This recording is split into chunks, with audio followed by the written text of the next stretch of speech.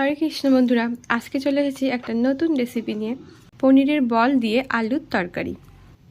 দেখতে যতটা লোভনীয়, খেতে তার থেকেও বেশি টেস্টি। চলুন তবে শুরু করা যাক আজকের রেসিপি।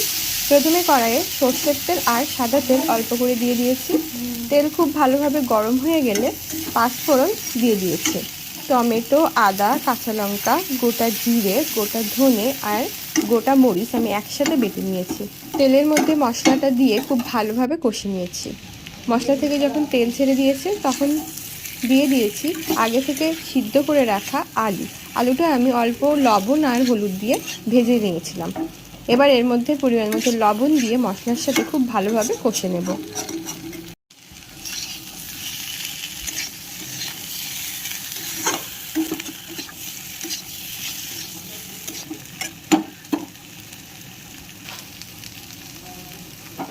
আলু খুব ভালোভাবে কষিয়ে নিয়েছি, দেখেই বুঝতে পারছেন কত সুন্দর আলু কষাটা হয়েছে। এবার এর মধ্যে আমি দিয়ে দিলাম গরম জল। গরম জল দেওয়ার পর কিছুক্ষণ ফুটিয়ে নেব। এবার দিয়ে দিলাম আমি ঢাকনা। কিছুক্ষণ ঢাকনাটা রেখে দেবো 5 মিনিটের মতো। 5 মিনিট পর ঢাকনা খুলে আগে থেকে তৈরি করে রাখা পনিরের বলগুলো দিয়ে দিলাম। এই পনিরের বল আমি অল্প পরিমাণে সব রকম মশলা দিয়ে, একটু হলুদ, সামান্য একটু চিনি আর লবণ দিয়ে ভালো করে, বেসন দিয়ে ভালো করে মেখে তেলে ভেজে নিয়েছিলাম।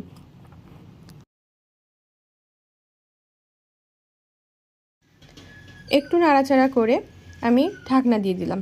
এইভাবে আমি 1 থেকে 2 মিনিট রেখে দেবো। 1 থেকে 2 মিনিট পর ঢাকনা খুলে দিলাম। দেখুন বন্ধুরা কত সুন্দর হয়েছে, রসটা অনেকটা কমে গেছে। এই অবস্থায় আমি এটা অল্প গরম মশলা দিয়ে নামিয়ে দেবো, কারণ ঠান্ডা হয়ে গেলে এই রসটা আর একটু কমে আসবে। তৈরি হয়ে গেল ছানার বল দিয়ে আলুর রসা। দেখতে কতটা লোভনীয় হয়েছে দেখছেন তো বন্ধুরা। আপনারাও এইভাবে একবার বাড়িতে বানিয়ে দেখবেন, আশা করছি ভালো লাগবে। খেতে কিন্তু সত্যি খুবই সুন্দর হয়। আর আমাকে কিন্তু অবশ্যই কমেন্টে জানাবেন। আর ভিডিওটা ভালো লাগলে লাইক, শেয়ার করবেন আর চ্যানেলটা অবশ্যই সাবস্ক্রাইব করবেন। হরি বল। হরে কৃষ্ণ বন্ধুরা, আজকে চলে এসেছি একটা নতুন রেসিপি নিয়ে। পনিরের বল দিয়ে আলুর তরকারি। দেখতে যতটা লোভনীয়, খেতে তার থেকেও বেশি টেস্টি। চলুন তবে শুরু করা যাক আজকের রেসিপি। প্রথমে কড়াইয়ে সর্ষের তেল আর সাদা তেল অল্প করে দিয়ে দিয়েছি। তেল খুব ভালোভাবে গরম হয়ে গেলে পাঁচফোড়ন দিয়ে দিয়েছি। টমেটো, আদা, কাঁচা লঙ্কা, গোটা জিরে, গোটা ধনে আর গোটা মরিচ আমি একসাথে বেটে নিয়েছি। তেলের মধ্যে মশলাটা দিয়ে খুব ভালোভাবে কষে নিয়েছি।